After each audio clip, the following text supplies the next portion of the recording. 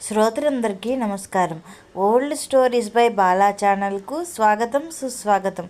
కథలు చదువుతున్నది ఉషాబాల. ఈరోజు మన కథ తప్పిపోయిన పెళ్ళి. పాపన్న చదువు కథలో భాగం.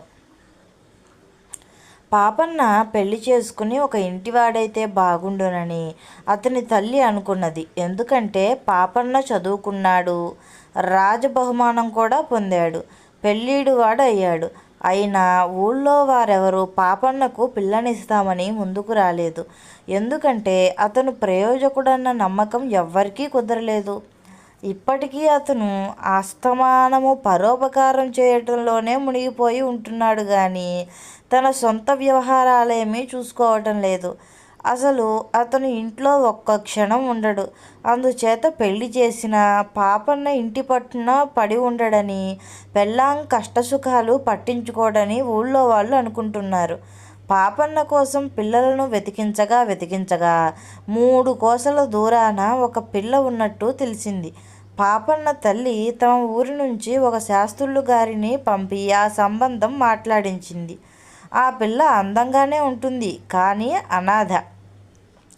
చిన్నతనం నుంచి ఎవరో శ్రీమంతులు చేరదీసి పెంచారు. వారింట ఆ పిల్ల పనులు చేస్తూ ఉన్నది. ఆమె పేరు లక్ష్మి. పసితనం నుంచి పెంచి పెద్ద చేసిన శ్రీమంతులు ఎవరు తమకు 100 వరహాలిస్తే వారికి ఆ పిల్లను ఇస్తాము అన్నారు. వారు కోరినట్టు 100 వరహాలు ఇచ్చి ఆ పిల్లను తెచ్చి తన కొడుక్కు చేసుకోవటానికి పాపన్న తల్లి నిశ్చయించుకుంది. పాపన్న కూడా తనకు పెళ్లి కాబోతుందని సంబరపడ్డాడు. అయితే అతనికి పిల్లను ముందుగా చూడాలి అనిపించింది. కానీ ఈ మాట పైకి అంటే అందరూ నవ్వుతారనుకుని పెళ్లి కూతురికి నగలు కొనే నెపం మీద పట్నానికని బయలుదేరాడు పాపన్న. సంబంధం మాట్లాడి వచ్చిన శాస్త్రులు గారు పిల్ల చేసే పనులను గురించి, ఆమె ఉండే శ్రీమంతుల ఇంటి గుర్తులు అవి చాలా చెప్పాడు. లక్ష్మి తెల్లవారుజామునే పశువులకు పాలు తీస్తుంది. ఆ సమయంలో ఆ గ్రామం చేరుకునే ఉద్దేశంతో పాపన్న డబ్బు సంచి రొండిన కట్టి 3వ జామునే ఇల్లు కదిలాడు. పాపన్న సగం దూరం వెళ్ళాడో లేదో అతనికి ఒక బండి ఎదురైంది. బండి ఒక పక్కగా ఏటవాలుగా నిలబెట్టి ఉన్నది. దానికి ఎద్దు లేదు. బండి పక్కన ఒక యువతి యువకుడు ఉన్నారు. యువకుడు బాధతో మూలుగుతున్నాడు. వాడికి యువతి ఏవో ఉపచారాలు చేస్తూ కన్నీరు కారుస్తూ, అయ్యో ఎంత చిక్కు వచ్చింది, నీవు బండి లాగలేవు, దెబ్బ బలంగానే తగిలింది, ఇప్పుడు మన గతేమిటి అని వాపోతున్నది. పాపన్న పరుగున వారిద్దరినీ సమీపించి, మీకిప్పుడు వచ్చిన చిక్కేమిటి, నా వల్ల ఏమైనా సహాయం కావాలంటే చెప్పండి, పరోపకారార్థమిదం శరీరం అన్నాడు. అయ్యా, నా పేరు రంగడు. మేమిద్దరము తెల్లవారే లోపల చాలా దూరం వెళ్ళాలి. ఎద్దు లేకపోవడం చేత నేనే బండి లాగుతూ చీకట్లో ఎదురు దెబ్బ తగిలి కింద పడ్డాను. గాయమైంది. ఈ బాధతోనూ ఈ కాలితోనూ నేనిక బండి లాగలేను. మేము తెల్లవారేలోగా మా ఊరు చేరకపోతే మా ఇద్దరి బ్రతుకు భ్రష్టైపోతుంది అన్నాడు యువకుడు. అందుకు మీరేమీ విచారించవద్దు. నేను బలశాలిని. నీవు కూడా బండి ఎక్కి నాకు దారి చెప్పు, నేను బండి లాగుతాను అన్నాడు పాపన్న. ఆ పని చేస్తే బతికిపోతాం బాబు అంటూ ఆ యువతి యువకులు బండి ఎక్కారు. పాపన్న బండి లాగుతూ, మీరిద్దరూ దంపతులా అని అడిగాడు. మాకింకా పెళ్ళి కాలేదనుకోండి, ఊరు చేరగానే చేసుకుంటాం. ఇది ఒక దిక్కులేని పిల్ల, ఒక ధనికుల ఇంట పని మనిషిగా ఉంటున్నది. దీన్ని చిన్నతనం నుంచి వారే పెంచారు. నేను వాళ్ళ పొరిగింట పనిచేస్తూ ఉంటాను. చాలా కాలంగా మేమిద్దరము ప్రేమించుకున్నాము. దాన్ని నేను పెళ్లి చేసుకుంటానని దాని యజమానిని కూడా అడిగి చూశాను. 100 వరహాలిస్తే ఒప్పుకుంటాను అన్నాడు. నా దగ్గర 100 వరహాలు కాదు కదా, 2 వరహాలు కూడా లేవు. అందుచేత ఏమీ చేయలేకపోయాను. ఇంతలో పొరుగురు నుంచి ఎవరో 100 వరహాలు ఇస్తామని కబురు చేశారు.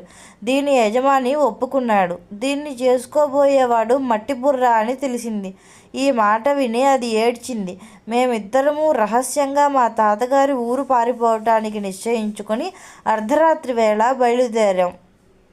కానీ మధ్యదారిలో నాకు ఈ దెబ్బ తగిలింది. ఇంతలో దేవుడల్లే మీరు వచ్చి మమ్మల్ని కాపాడారు అన్నాడు రంగడు. ఈ కథంతా వినకముందే పాపన్న బండి లాగడం మానేసి నిలబడిపోయాడు. చివరకతను ఈ పిల్ల పేరేమిటి అని అడిగాడు. లక్ష్మి అని రంగడు చెప్పాడు.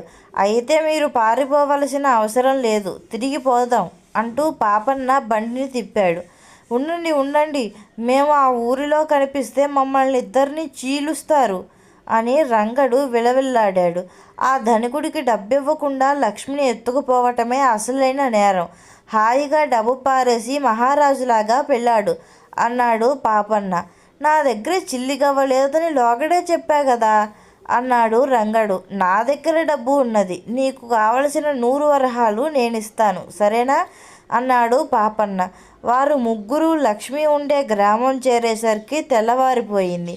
లక్ష్మి పారిపోయిందని అప్పటికే తెలిసి శ్రీమంతుడు ఉగ్రుడై పులిలాగా అటూ ఇటూ పచారులు చేస్తున్నాడు. పాపన్న ఆయనతో, అయ్యా ఇదిగో 100 వరహాలు, ఈ రంగణ్ణి లక్ష్మిని పెళ్ళాడనివ్వండి.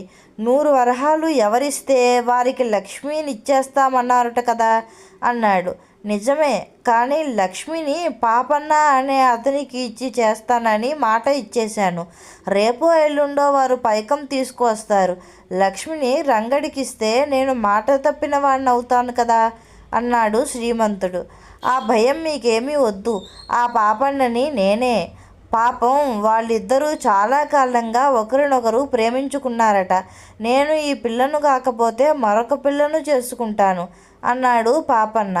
రంగడు లక్ష్మి పాపన్న కాళ్ళపై పడి మట్టి బుర్ర అన్నందుకు క్షమాపణ చెప్పుకున్నారు. పాపన్న యొక్క పరోపకార బుద్ధి చూసినాక శ్రీమంతుడికి డబ్బు తీసుకోవటానికి చేతులు రాలేదు. నాకు డబ్బు అవసరం లేదులేండి, వాళ్ళిద్దరినీ పెళ్లి చేసుకోనివ్వండి అన్నాడు ఆయన. అదేం మాట, మీకు ఈ డబ్బు ఇవ్వలేకనే వాళ్ళిద్దరూ చాలా శ్రమపడ్డారు, డబ్బు తీసుకోండి అన్నాడు పాపన్న. శ్రీమంతుడు ఆ డబ్బు తీసుకుని లక్ష్మీ చేతికి ఇచ్చేశాడు. వారిద్దరికీ పెళ్లి చేయించి పాపన్న ఆ రోజే తన ఇంటికి వచ్చేశాడు. మిగతా కథ తరువాయి భాగంలో. కథ కంచికి మనం ఇంటికి. ఈ కథ కనుక మీకు నచ్చినట్లయితే నా ఛానల్ను లైక్ చేయండి, షేర్ చేయండి, సబ్స్క్రైబ్ చేసుకోండి. మళ్ళీ తరువాయి భాగంలో కలుద్దాం. అంతవరకు నమస్కారం.